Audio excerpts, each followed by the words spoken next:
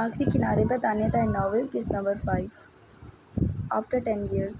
اس وقت کمرے میں گہری خاموشی تھی اور اس گہری خاموشی میں ہارون نے اپنے سامنے بیٹھے مبین خان کی طرف دیکھا اور جب ایک لمبا سانس کھینچا تو جنرل مبین خان مسکرا دیے۔ جنرل ہارون ریٹائرمنٹ لے لیے، آپ کی طبیعت کچھ ٹھیک نہیں رہتی جس کی وجہ سے آپ غلط فیصلہ لینے لگے ہیں۔ مبین خان کی بات پہ ہارون نے اس کی جانب دیکھا، نگاہ گھمائی اور پھر سے مسکرایا۔ جو بات کرنے آئے ہیں وہ کرو۔ اوکے سر، 15 کمانڈر ٹریننگ کے لیے چھاؤنی نکلے تھے، جن میں سے 10 واپس آئے ہیں۔ 15 کہاں ہیں اور 10 میں بھی بری طرح زخمی ہیں۔ مبین خان کا سوال نہایت کڑوا ضرور تھا، لیکن ہارون کے رویے پر وہ کچھ سختی سے انہیں دیکھنے لگے۔ تم بہتر جانتے ہو، اس پیپر پر سائن تمہارے تھے سر۔ آپ بھول رہے ہیں، آپ کے آرڈرز پر سائن کیے تھے میں نے۔ شہید ہو گئے، اللہ ان کی شہادت قبول فرمائے۔ وہ ہاتھ جھاڑ کر جگہ چھوڑ کر اٹھے۔ جنرل مبین خان نے مٹھیاں بھینچ لیں۔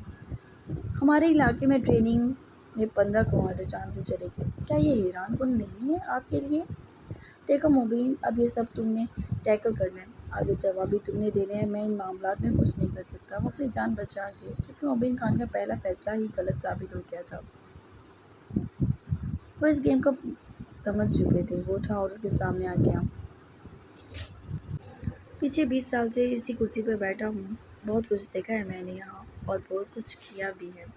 وہ 15 کمانڈر ٹریننگ پر تھے، ان کے پاس ہتھیار بھی تھے اور بزدلوں کی یہاں کوئی ضرورت نہیں ہے۔ میری بات سے اختلاف کرنے سے بہت بہتر ہے۔ جنرل مبین خان، آپ اپنی سیٹ سنبھالیں، کیونکہ یہ جگہ ہر کسی کو نصیب نہیں ہوتی۔ پہلا ہی قدم آپ کا غلط ثابت ہو گیا، آگے کیا کرنے والے ہیں آپ؟ خیر، آگے تو آپ خود جواب دیں گے۔ ریٹائرمنٹ سے پہلے جتنے میرے مشن ہیں میں انہیں پورا کرنا چاہتا ہوں۔ اس کے علاوہ گڈ لک، زیادہ ہر چیز پر توجہ آپ کو نقصان پہنچائے گی، تو ریلیکس رہیں۔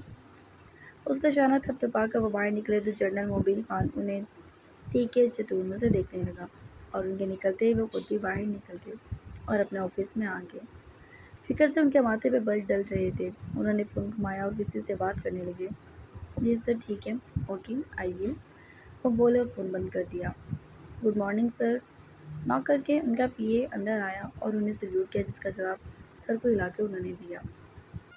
بہزاد علی شاہ آئے ہیں، انہوں نے کہا تو انہوں نے سر ہلایا اور وہ پھر سے سلوٹ مار کر باہر نکل گیا۔ تم ٹینشن نہ لو، آج تک کچھ نہیں ہوا تو آگے بھی کچھ نہیں ہوگا، میں دیکھ لوں گا۔ ہارون نے گلاس منہ سے لگایا اور بولے تو ضیا، جو اس باتوں بے چین تھے کہ ان کا رینک نہیں بڑھا، گلاس منہ سے ہٹا کے ٹیبل پر پٹک دیا۔ وہ 15 ٹرینرز کہاں ہیں؟ ضیا نے خود بھی سوال کیا۔ مجھے نہیں پتا ہارون، اگر تم نے مبین کی وجہ سے یہ کام کیا ہے تو تم کام اتنا پکا کرو کہ بعد میں کوئی ثبوت نہ رہ جائے۔ اور بات صاف ہے، ہارون، مبین کی جگہ مجھے چاہیے۔ میرا رینک تھا اگلا یہ، اور مبین خان کو بٹھا دیا۔ وہ دل ملا رہے تھا۔ ہاں، اس بات پر تو مجھے بھی حیران کیا، لیکن زیادہ کچھ نہیں بگڑا۔ میں مبین خان کو 4 دن بھی نہیں ٹکنے دوں گا۔ فی الحال تو وہ ان گمنام 15 ٹرینرز کا جواب دے، اس کے بعد دیکھتے ہیں اور کیا کرنا ہے۔ تم کیسے کہہ سکتے ہو؟ اگلے 3 مہینوں میں تمہاری ریٹائرمنٹ کی ڈیٹس آ جائیں گی۔ ضیا، تم فکر لے رہے ہو، تم شجر عباس کو بھول گئے ہو۔ ہارون نے یاد دلایا تو ضیا نے مٹھیاں بھینچ لیں۔ ہارون وہ بچہ تھا تب، اب بچہ نہیں رہا، وہ اپنی آنکھوں کا استعمال کر رہا ہے۔ دیکھو، میرے پاس وہم کا علاج نہیں ہے، فی الحال چھٹیوں کی ضرورت ہے، چھٹیوں پر جاؤ اور سکون کرو۔ ہارون نے لاپرواہی سے کہا۔ ان 15 ٹرینرز کا پتہ کراؤ، کہاں گئے ہیں، ورنہ تم پھنس جاؤ گے۔ میں پھنسوں گا؟ وہ ہنسا کھل کر۔ میں چھٹیوں پر جا رہا ہوں، فی الحال کچھ دن سکون سے گزار کر ایک پیپر سائن کرا لوں، اس کے بعد ساری زندگی چین ہی چین ہے۔ ہارون ہنسا، جبکہ ضیا کی سمجھ سے اس کا یہ رویہ باہر تھا۔ وہ پیپر مجھے دے دو، مبین خان عام آدمی نہیں ہے ہارون۔ ہارون بیگ نے بڑے بڑوں کو سنبھالا ہے، شاید تم بھول گئے ہو۔ دیکھو ضیا، ایک بات یاد رکھنا، محنت سے زیادہ دماغ کی سمجھداری کمال رکھتی ہے۔ کام چلاکی سے ہو جائے تو زیادہ بہتر ہوتا ہے، بنسبت تم دن رات ایک ہی کام میں لگا دو۔ ہارون اٹھے اور اس کا شانہ تھپتھپایا۔ ضیا اس کی پشت دیکھنے لگا، وہ سکون میں تھا۔ خیر، بے عزتی جس کی ہوئی تھی، بے سکون تو وہ ہوتا نا۔ اس نے ایک گلاس پھر لبوں سے لگایا اور ایک گھونٹ بھر کر وہ غیر مرئی نکتے کو گھونٹنے لگا۔ شاید ہارون ٹھیک کہہ رہا تھا، اسے چھٹیوں پہ جانا چاہیے تھا۔ وہ اٹھا، ایک لیٹر لکھا، اسے پاس مبین نے کرنا تھا۔ ویسے تو اگلا جرنل وہ بنتا اگر مبین خان نہ آتا بیچ میں، اس کا بس نہیں چل رہا تھا مبین کے ساتھ کیا کرتے۔ جنرل ضیاء مٹھیاں بھیجے، غصے کی کیفیت کو روکنا چاہ رہے تھے۔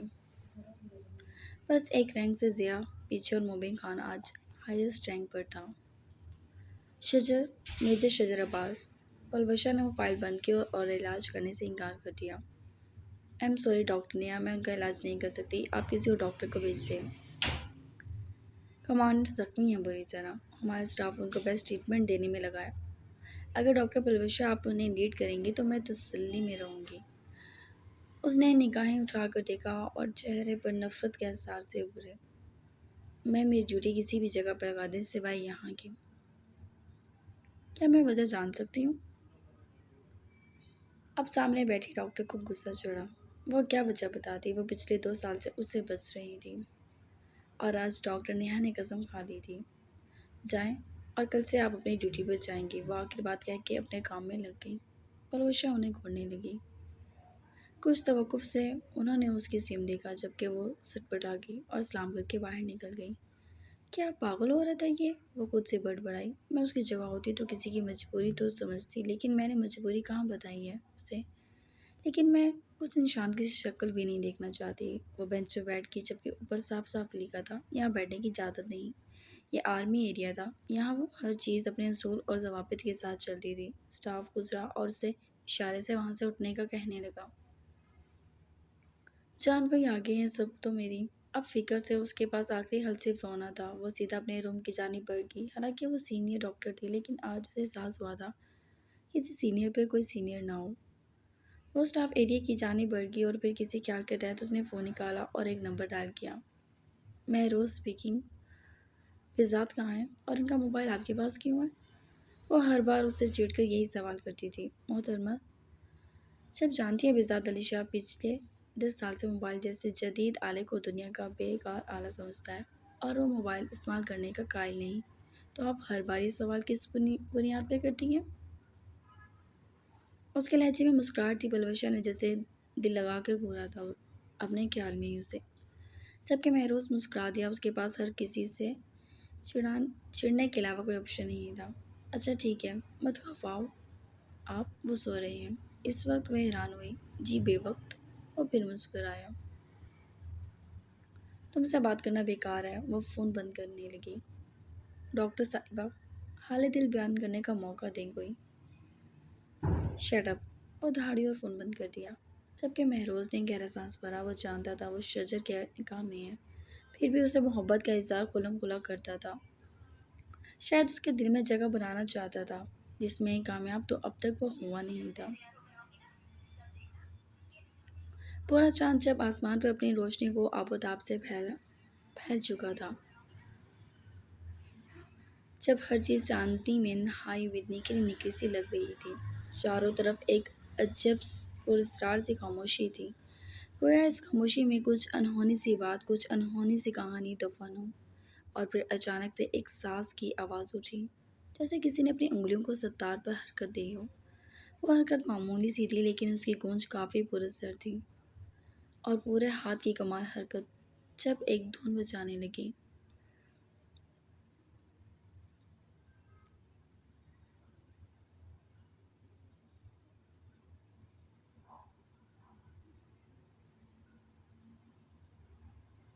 اتنی سنجیدگی تھی اس کے چہرے پر کہ اس کے گھنگرالے بال پیشانی پہ بکھرے اور ایک گہرا جتون سا اس کی پیشانی پہ بن گیا۔ اس کی انگلیاں ستار کی تاروں کو ایسی مہارت سے چھیڑ رہی تھی کہ اگر کوئی سنے تو بس اس کے صحن میں ساری عمر کو جکڑا جائے۔ یہ اس نے سر اٹھایا۔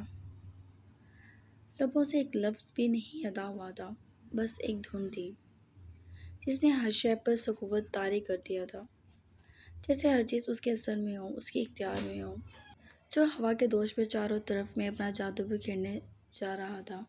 اچانک ایک کھٹکے کی آواز پر اس نے اپنی گہری ہری آنکھوں کو اوپر اٹھایا اور عین سامنے نگاہ کی تھی۔ یہ پچھلے کچھ سالوں میں کوئی نہیں آیا تھا آج اچانک، لیکن وہ حیران نہیں تھا، نہ اس کے لیے پچھلے 10 سالوں میں کوئی بات قابل حیران رہی تھی۔ اس نے وہ ستار وہیں رکھا۔ اپنی جگہ سے اٹھا اور دونوں ہاتھ ایک مضبوط سمت کی دیوار پر رکھ کر اس نے کچھ آنکھوں کو پھیر کے دیکھا۔ اس گھر میں روشنی کے سبب کو اگر وہ نہ جان پاتا تو وہ بےذات علی شاہ نہ ہوتا۔ بےذات اچانک اپنے عقب سے آنے والی آواز پر اس نے گردن نہیں موڑی۔ وہ جانتا تھا کون ہے اس کے پیچھے۔ سامنے کوئی آیا ہے؟ اس نے ہنکارا بھرا۔ ابھی وہ سامنے دیکھ رہا تھا۔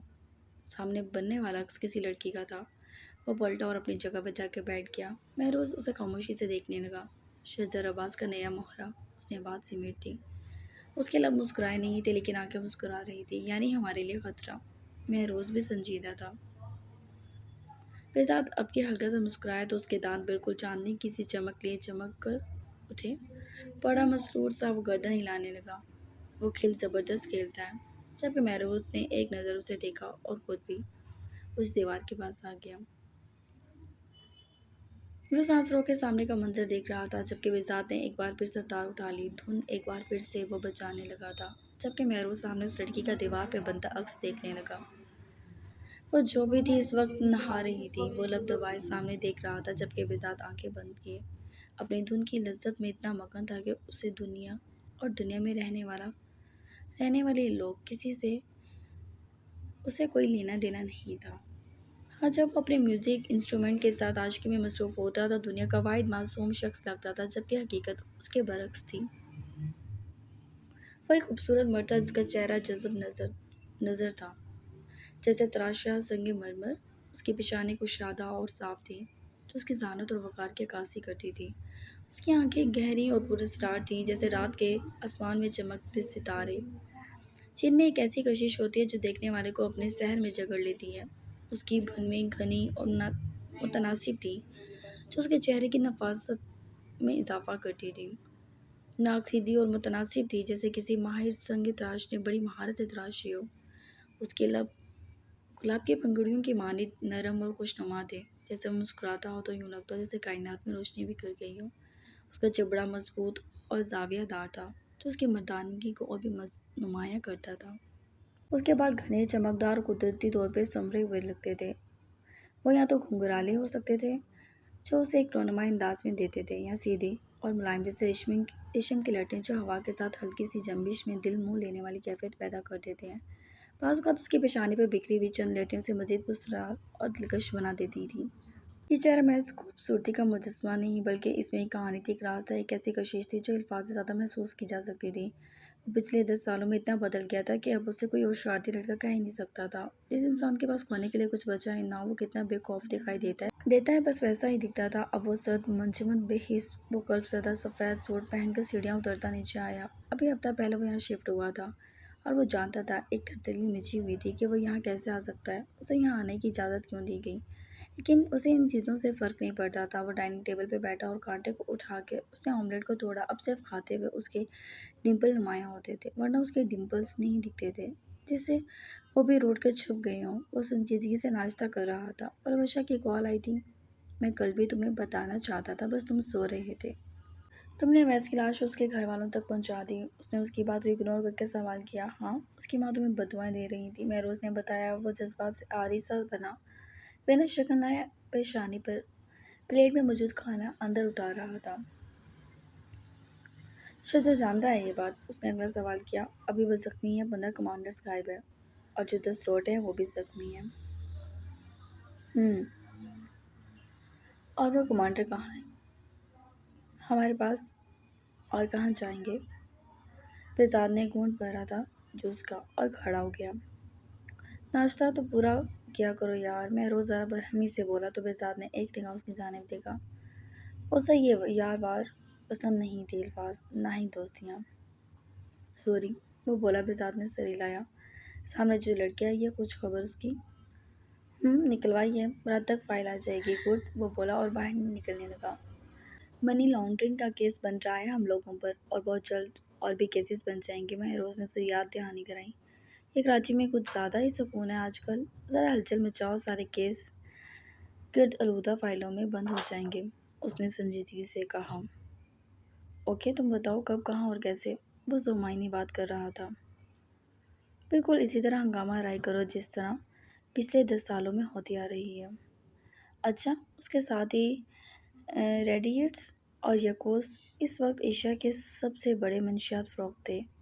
رابطہ کیا تھا انہوں نے، انہیں گرین سگنل دکھاؤ، میں نہیں چاہتا کہ وہ لوگ کسی اور کو چنیں اس کام کے لیے۔ اوکے، مہروز نے سر ہلایا۔ بہزاد اس کے قدم ابھی گھر کی دہلیز پار کرتے کہ مہروز کے پکارنے پر رکے۔ میں ایک بات جاننا چاہتا ہوں۔ ہم بہت اچھی طرح کام کر رہے تھے اس ریڈ ایریے سے باہر آرمی کی بغل میں بیٹھ کر۔ تمہیں لگتا ہے ہم اپنے مشن پر فوکس کر پائیں گے؟ اب میرا مشن یہیں پہ ختم ہوگا اور شاید زندگی بھی۔ تم ان سے میٹنگ ارینج کرو۔ اسے کچھ سمجھاتے ہوئے باہر نکلا کہ اچانک کوئی سامنے سے بھاگتا ہوا آیا اور اس کے عین سامنے آ کر رک گیا۔ وہ لڑکی بہزاد کو حیرانگی سے دیکھنے لگی۔ بہزاد اسے ماتھے پہ تیوری ڈالے دیکھ رہا تھا۔ ہائے، میرا نام؟ ابھی بات بھی مکمل نہ ہوئی تھی کہ وہ آگے بڑھ گیا۔ مجھے بتاؤ، کیا نام ہے تمہارا پیاری آنکھوں والی؟ مہروز دانت نکال کے کھڑا ہو گیا۔ بہزاد گاڑی میں سوار ہوا۔ روح منہ بناتی وہ اتنا ہی کہہ گئی، اور اس نام کی باز گشت بہزاد کے کانوں میں بھی ہوئی تھی۔ اس نے بس آنکھیں اٹھا کر دیکھا، منہ پھلائے اسے ہی دیکھ رہی تھی۔ بہزاد نے چند لمحے بس اسے دیکھا تھا اور گاڑی گھما گیا۔ واہ روح، تمہارا نیم تو بہت پیارا ہے۔ مہروز بات بڑھاتا کہ بہزاد وہاں سے چلا بھی گیا، جبکہ روح مہروز کو دیکھنے لگی۔ ہاں، سچ ہی کہہ رہے ہو، مجھے بھی پسند ہے اپنا نام۔ روح، تمہارا نام کیا ہے؟ اور تم لوگوں میں کوئی ایٹیکیٹس ہی نہیں؟ پڑوسیوں کی کوئی تو خدمت کی جانی چاہیے۔ پڑوسیوں کی خدمت کرنے ہم لوگ یہاں پہنچے محترمہ، تو پڑوسی سیدھا اللہ کے پاس جائیں گے۔ مہروز ہنستا ہوا گاڑی میں بیٹھنے لگا۔ اچھا سنو، روح نے بالوں کو جھڑکا اور اس کی گاڑی کو دروازہ پکڑ لیا۔ وہ فوجی تھا؟ وہ بہزاد کے بارے میں پوچھ رہی تھی۔ نہیں، مافیا تھا۔ دور رہو اس سے بچی۔ اس نے اس کی پیشانی پہ انگلی رکھ کر دور کیا اور وہ منہ پر ہاتھ رکھ کر جھونکی۔ اسے مافیا ہمیشہ سے پسند تھے، لیکن آرمی میں مافیا کیوں؟ یہ کیا تھا؟